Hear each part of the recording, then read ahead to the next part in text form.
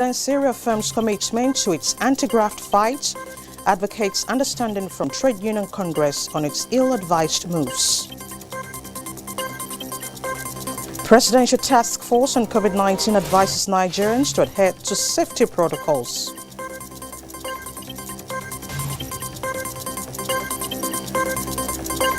Schools resume for exit classes after 4 months of closure.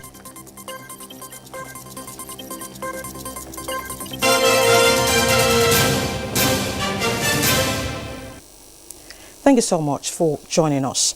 The reported plan by the Trade Union Congress to embark on a nationwide protest over the alleged President Buhari's inaction over the high level of corruption uncovered at the Niger Delta Development Agency, the Niger Social Insurance Trust Fund, and the Economic and Financial Crimes Commission, EFCC, is ill-advised and totally uncalled for, considering that there are ongoing investigations in the cases by both the executive and legislative arms of government.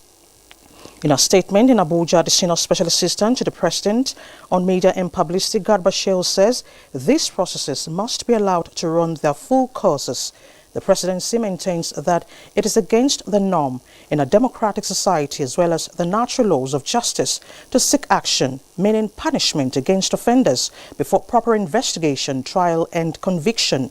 The president has made it clear that the allegations that have surfaced clearly constitute a breach of trust, and as the investigations take hold and close out, all those found wanting will face the wrath of the law. Now, to reopening of schools, the Minister of State Education has announced that all the 104 unity colleges are ready to open their gates to exit classes on the 4th of August 2020. Announcing the preparedness of the unity colleges at a meeting with commissioners for education of the 36 states of the Federation via Zoom platform, the minister lauded principles of unity colleges for comprehensive preparation put in place for resumption. The commissioners had reported varying stages of preparations and readiness for reopening between the 4th and 10th of August 2020 for virtually all schools within their jurisdiction. A statement from the Office of the Minister's Director says the Minister of State for Education, Permanent Secretary and Directors will embark on an assessment tour of all unity colleges to ascertain and confirm the reports submitted by principals of unity colleges. Similarly, Federal Education Quality Assurance Directors deployed to the states have been directed to monitor compliance in their respective states. As commissioners from states were also enjoined to embark on assessment tours in their jurisdiction to ascertain the level of compliance with stipulated guidelines. While most schools will reopen tomorrow, others will continue to fine-tune their preparations in the coming days for reopening. All returning schools are to undergo temperature checks, among other protocols, before being admitted into their schools. Still on reopening, Monday the 4th of August is an epic date in the 2020 calendar as it marks the reopening of schools for specific students in Lagos. Hingano John Adams, who monitored the first day of resumption, reports that the sensitization has been on ground. Fortune Gift is among thousands of students in Rivers State waiting for the school gates to open to enable them sit for their exit examination. I'm 100% ready for the school resumption. I've been reading Bible so I can pass my junior WAEC. Only last week, the state government distributed The long default holiday is over for SS3 and Tech 3 students in Lagos. However, the COVID-19 pandemic has changed the modus operandi of schools. Temperature checks, hand washing, use of face masks among other safety protocols for the prevention of coronavirus are being employed. We are back, we are live. After many months, we've been at home, studying alone. They said, if you don't wear face masks, you don't enter. Now everybody came with their face masks. Preparatory classes for the West Africa Senior School Certificate Examination are back, and only a handful of students occupy each classroom in compliance with the social and physical distancing guideline.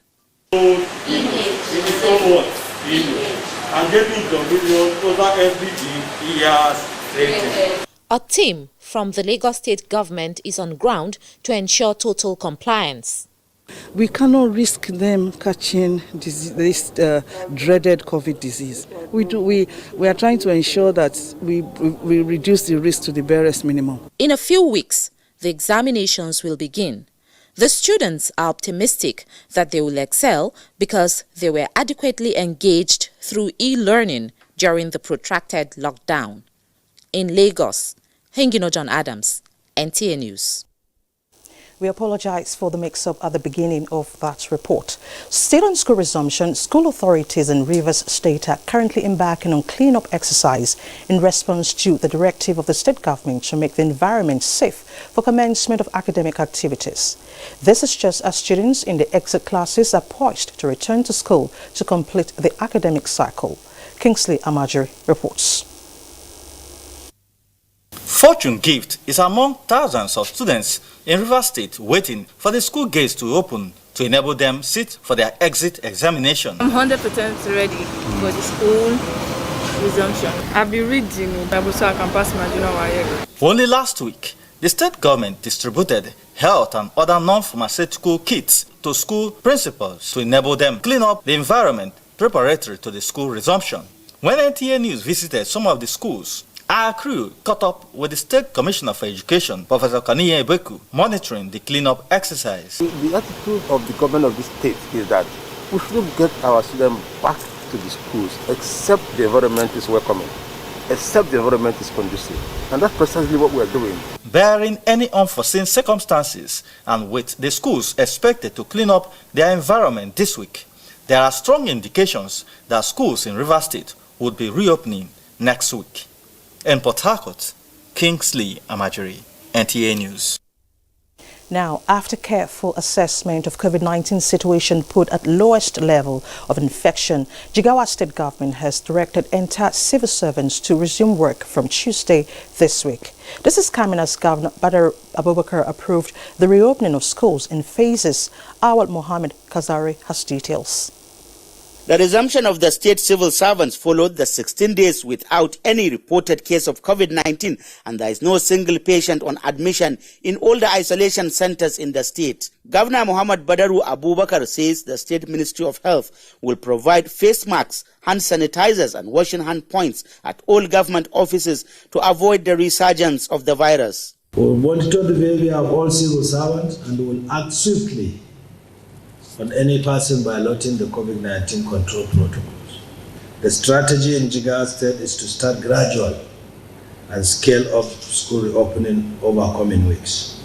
In conformity with the above strategy and in line with the federal government guidelines on school reopening, we will open between 3 to 5 schools in each senatorial zone. On school reopening, the governor says 40 schools will be.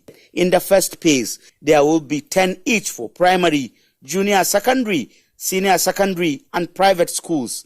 The governor appreciated traditional religious leaders and people of the state for adhering to COVID-19 protocols during the just concluded Salah activities.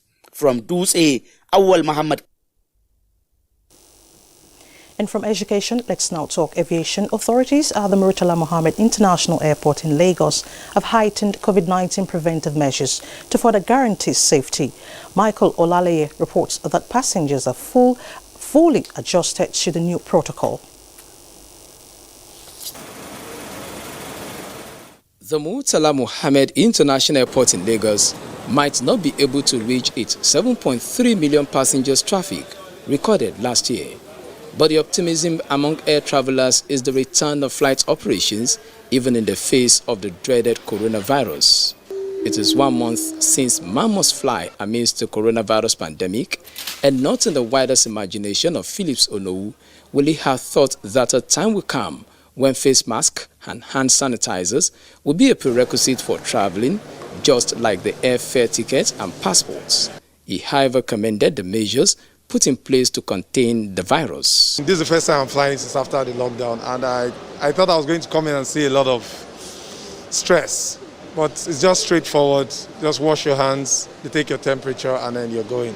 Unlike when the airport was newly reopened for flight operations, Authorities have now included fumigation of luggages. Everything look very nice, look very new, look super. And I'm just coming from US, and I think it's comparable to the local. Although data released by the Nigeria Center for Disease Control indicates a 3-day consecutive decline of COVID-19 cases in Nigeria, but the need for more sensitization was stressed by travelers. Some people think the government is joking, but the truth is the virus is out there, and it's together thing we won't stop preaching. That's COVID, stay safe, wash your hands, sanitize, we won't stop. As the world seeks for a cure for coronavirus, the commencement of domestic flight operations remains the litmus test that will invariably determine the modalities for the restart of international flights. In Lagos, Michael Olale, NTA News. Let's talk security now. Security agencies in Kaduna State have confirmed that, contrary to misleading information in both conventional and social media, the Kaduna-Abuja highway is safe for transit and no passengers were recently kidnapped on the highway as the media alleged. Mohammed Umar Ajinge reports that the Command Operation Thunderstrike and Kaduna State Commissioner of Police visited the exact location of the alleged abduction, from where they debunked the misleading reports. These are the officers and men of Operation Thunderstrike and the Nigerian Police Force on fact-finding and pacification mission on the Kaduna-Abuja highway, where it was alleged that gunmen have abducted undisclosed number of passengers. According to the security operatives, thorough surveillance on the highway by their personnel and information coming from the locals and some passengers flying the road tell a different story, as no single passenger was abducted on this highway for quite some time now. There was nothing of such that happened here. Here we are now is after Keteri, that is in between Maru and Abapa village. As you can see from Kaduna, you will see some breakdown vehicle on the road with passengers inside. You can see, and there's nobody with them. It shows that the road is very, very safe for people to move. Reporters alleged that the bandits kidnapped unspecified number of passengers or citizens on this route. And according to them, about 5 vehicles were seen without passengers. Now, from all our checks, it has revealed the contrary. Nothing of sort happened on this road. On the contrary, they say the security agencies are recording gains against the kidnappers, and the highway has been safe for more than a year now. The security agencies therefore urge the media to always cross-check their facts to guide against publishing such false and malicious story that could trigger fears in the minds of passengers and create bad picture against security personnel that are committed to the safety of lives and property of the people. In Kaduna, I am Muhammad Umar Ajingi, NTA News. You're watching the news on NTA International, reaching you live from Abuja. Let's take a breather now. More reports ahead. Stay with us. With the lockdown due to COVID-19, the rising incidences of sexual and gender-based violence is alarming. Currently, NAPTIP receives reports on cases of spousal battery and abuse, incest, rape, defilement of minors, sodomy, among others. Sexual and gender-based violence destroys lives. If you are a victim, break the culture of silence. Report to NAPTIP for immediate action. If you are not a victim, but know one, save a life by reporting, and all reports will be treated in confidence.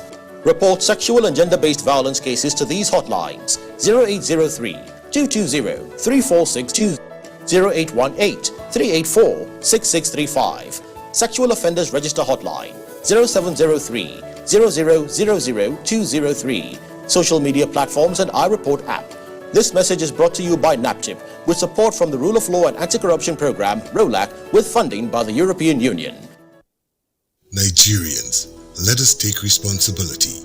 Stay healthy, stay safe, and curb the spread of the virus. Take responsibility. The coronavirus spreads from one person to another. Let us avoid crowd gathering of any kind for any reason. Take responsibility. Avoid traveling from one state to another During these lockdown restrictions, obey all the rules that are put in place. Take responsibility. Stop spreading fake news and unverified reports about the coronavirus. There is no known cure for COVID-19.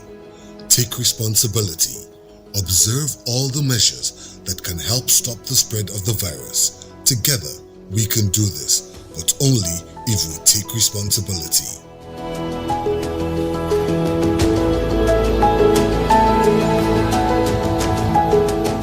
This message is brought to you by the Nigerian Television Authority, NTA, Africa's largest television network. Thanks for staying with NTA International. Now, to COVID-19, the Presidential Task Force on COVID-19 says increasing global statistics requires vigilance, adherence to protocols, and determination to take personal responsibility.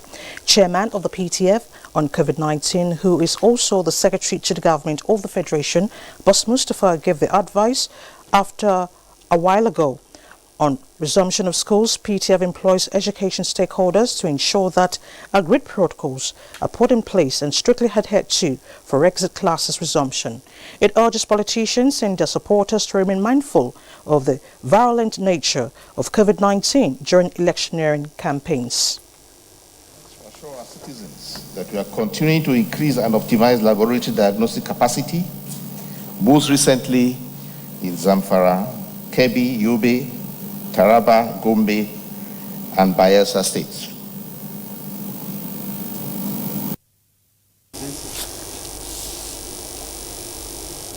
Still talking COVID-19, new 90-minute test to detect coronavirus and flu to be rolled out in London home care and laboratories as the World Health Organization announces finishing laying the groundwork for a probe into the origins of COVID-19. Uche Uguchukwu is here with these and more on global COVID-19 updates.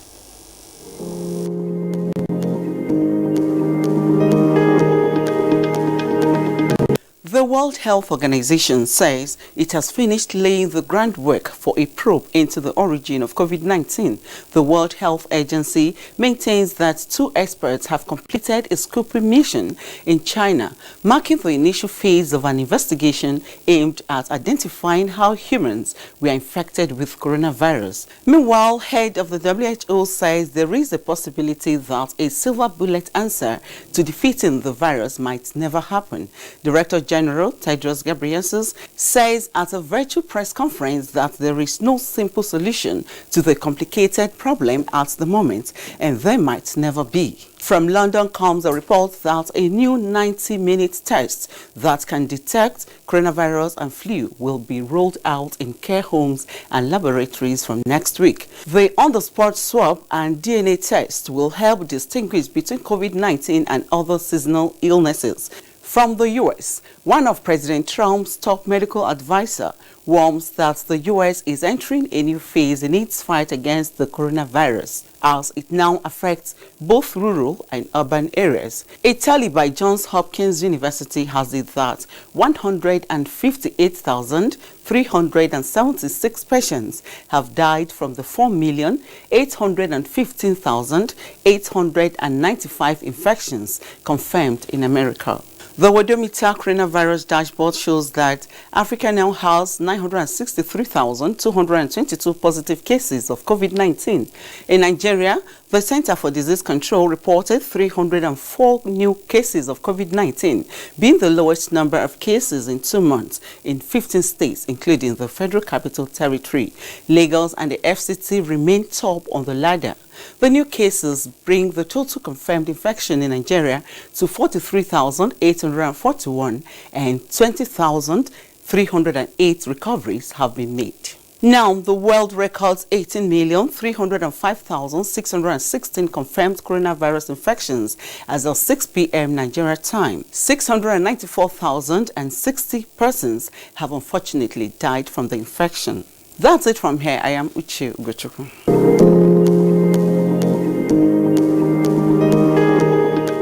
Thank you so much, Uche, for the updates. Away from COVID-19, the Nigeria's Governors Forum has expressed solidarity with the government and people of Borno State following last Wednesday's attack by gunmen suspected to be members of the Boko Haram sect. In a statement by the forum's chairman and governor of Ekiti State, Dr. Kayode Fayemi, NGF says it remains strongly behind Borno State and its people over the senseless attack and sympathizes with the injured. The forum appealed for coordinated operations to rid the country of all forms of unlawful armed attacks and promised to meet with the federal government to review the present security architecture. And out to sports, stakeholders have been reacting to the